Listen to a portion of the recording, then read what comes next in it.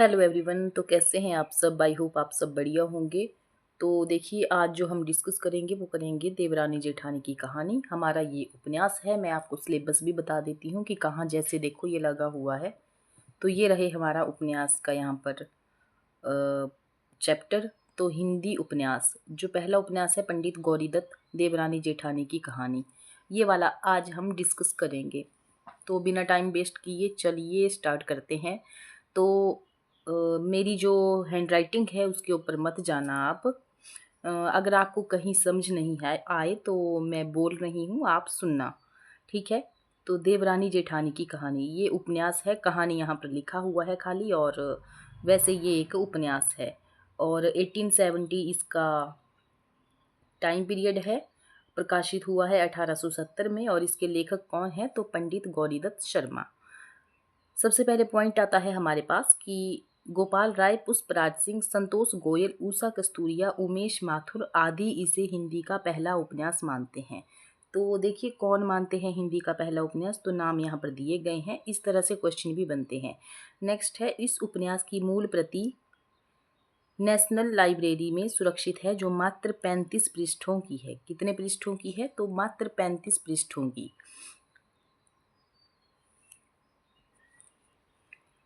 अब हमारे पास जो है तो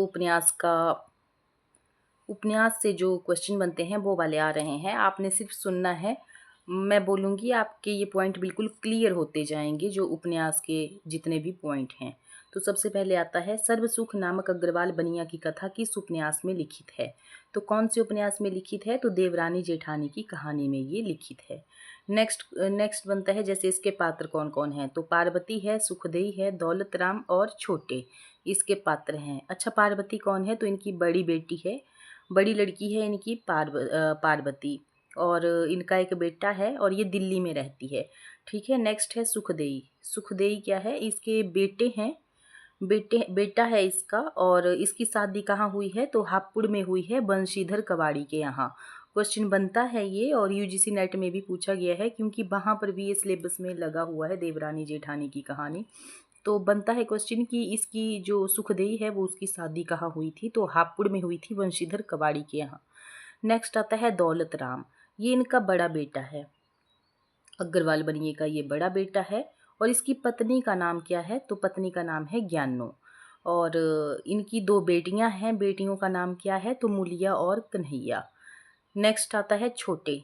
छोटे जो है तो इनके सबसे छोटा पुत्र है, इनका बेटा है सबसे छोटा। और इनकी जो पत्नी है उनका नाम है आनंदी।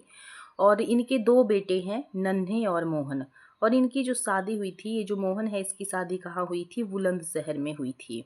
देखिए नेक्स्ट क्वेश्चन बनता है, और ये जो मैंने आपको अभी पात्र बताए ना, इनसे बहुत ज़्यादा क्वेश्चन बनते हैं कि छोटे जो थे, छोटे जो पात्र है वो कौन है? तो वो तो आ गया यहाँ पर, सर्वसुख नामक बनिया जो है तो उसका बेटा है छोटे।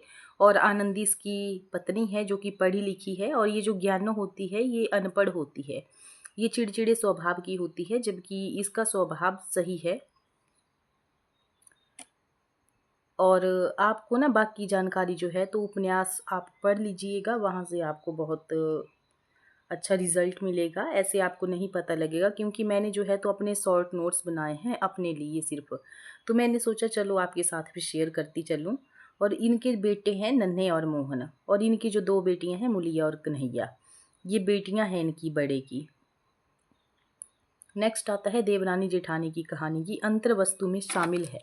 तो क्या क्या शामिल है? तो सबसे पहले आता है बाल विवाह, विवाह में फिजूल खर्ची, स्त्रियों की आभूषण प्रियता, ये इसमें शामिल है।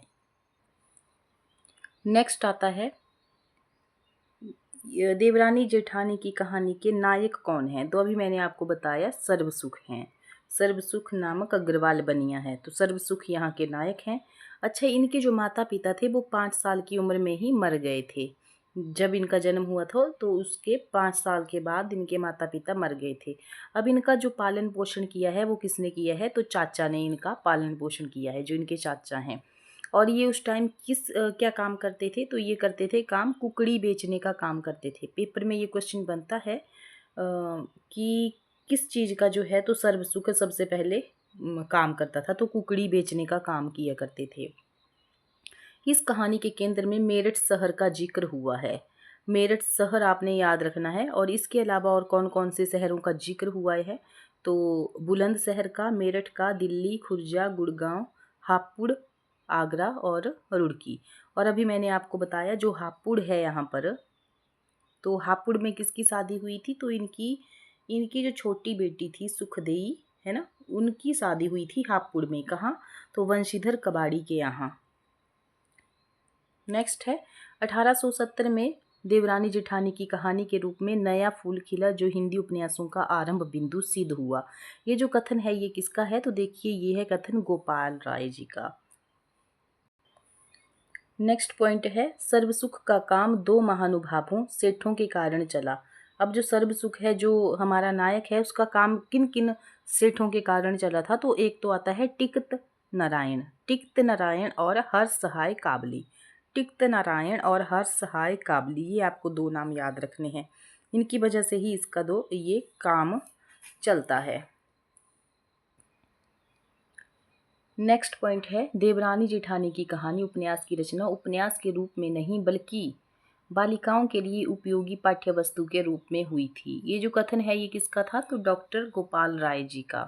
और इससे जो ज़्यादातर जो कथन बनते हैं वो गोपाल राय जी से ही बनते हैं।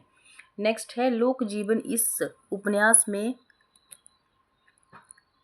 रत्ने चटख रंगों में पूरी प्रामाणिकता के साथ चित्रित हुआ है कि तत्कालीन सामाजिक परिदृश्य से गहरी पहचान स्थापित कराता है। ये जो कथन है ये किसका है, तो पुष्पलाल सिंह जी का ये कथन है। नेक्स्ट है देवरानी जेठानी की कहानी उपन्यास को हिंदी उपन्यास का प्रस्थान बिंदु किसने कहा है, तो फिर से इसका आंसर आएगा गोपाल राय। ठीक है। नेक्स्ट कथन है हमारे पास कि जिस स्त्री का उसके पति से संभाषण नहीं हुआ और विवाह के पीछे पति का देहांत हो जाए तो पुनर्विवाह योग्य है। अर्थात वह जो स्त्री है उस स्त्री का विवाह दूसरा विवाह कर देने से कुछ दोष नहीं।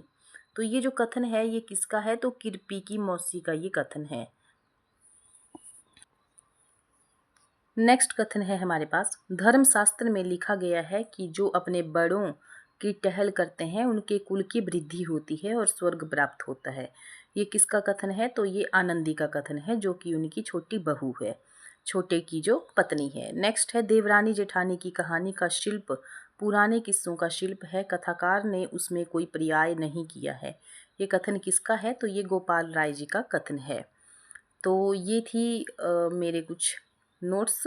अगर आपको अच्छे लगे हैं तो ज़रूर लाइक कीजिएगा, कमेंट करिएगा और अपने दोस्तों के साथ इनको शेयर ज़रूर कीजिएगा और हमारे चैनल को सब्सक्राइब ज़रूर कीजिएगा। मिलते हैं नेक्स्ट वीडियो में। Thank you.